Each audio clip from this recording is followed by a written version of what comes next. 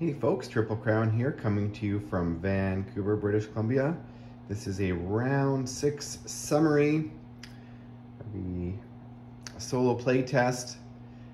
Very interesting round. This is sort of similar how the game played out for Hilltop Pillbox when he decided to go and spend every European resource to kill Russia. So we're going to get into sort of what's happening in Moscow, but I think the game will be over after this round. Let's going to pan up here. So currently in Moscow, defending with everything that could reach. Now that the Germans had taken Leningrad, that meant the Allies could come into and land on Russian soil. They brought two fighters and one medium and 2 heavy bombers. That is everything that could make it. So they have a total of 58 units defending Moscow. And Russia, they could have done more. They could have actually bought more aircraft and sent more this round. They could have done a few little tweaks to make it even more efficient, but they could be attacking Moscow with 75 units. In my rule of thumb, whenever you're attacking with infantry against a fortification, the rule of thumb is you probably need to bring at least 10 more units than the defender. So that's my personal rule of thumb. Now, there is some fast movers here that we're gonna make their way through. And the Russians debated whether or not to send a blocker. However, because I'm doing a solo play test in Italy, on this stack here, you can see they've got a bunch of aircraft that can open. They were just gonna air blitz anything that was left as a blocker. And so the Russians didn't think that it was worthwhile. They knew that it was a losing proposition, so they decided against that. In that background is my children playing, so sorry for the noise. They're up and at 'em, and we'll get into the rest. So there wasn't all bad for the Allies. The Germans decided to actually abandon Paris and defend Bulgaria. So currently there's a standoff happening in Bulgaria.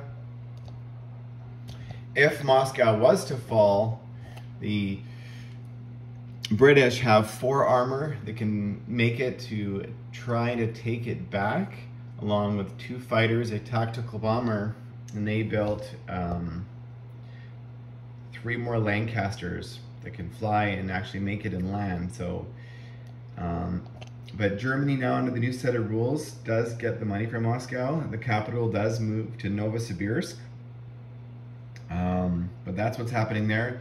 The Allies did do a major landing in Paris, which the Germans don't really care, because if Moscow falls, their plan is to then focus on more of the European theater side of the war. So the Americans used their CB, so that meant the Allies could land all of their aircraft, and they have about, I'm gonna say, fewer than 20 ground units, and the Germans have defending Paris about 8. So they could do a small build there and build a fortification, which they would probably do, and then the Germans would build a bunch of heavy hitters back in Berlin and Moscow. So that's probably what would happen there. And the Americans built a follow-up, so they've got another 10 ground units coming.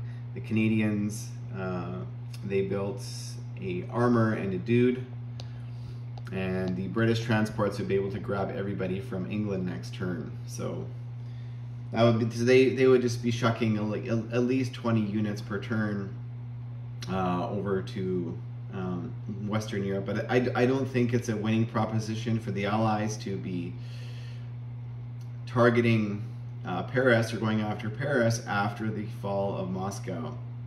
This means that Sweden is going to be annexed, so all that pink stuff there would become German. So all of a sudden Germany's going to have a little bit of a navy again, and currently the European Axis cannot make it to Spain,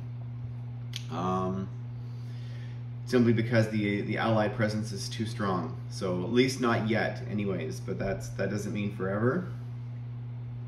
So that's kind of conclusion over there. The Japanese continue to push hard into Western China.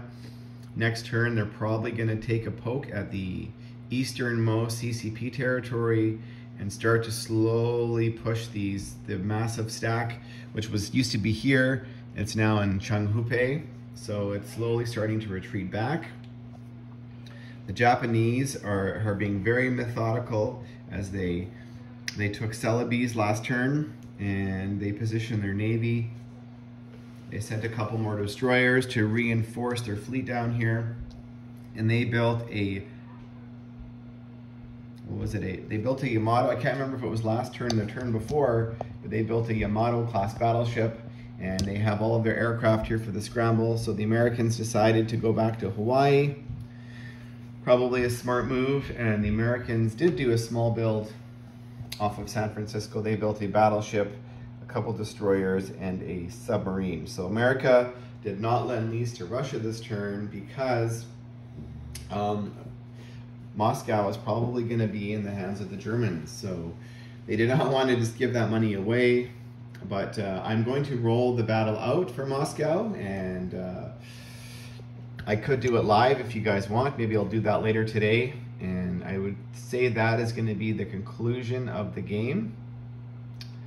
And yeah, Hilltop has, and yeah, I'll do a full analysis on what I think could be done to balance this game if this is the scenario. And now this is with also no major factory in Romania and minor.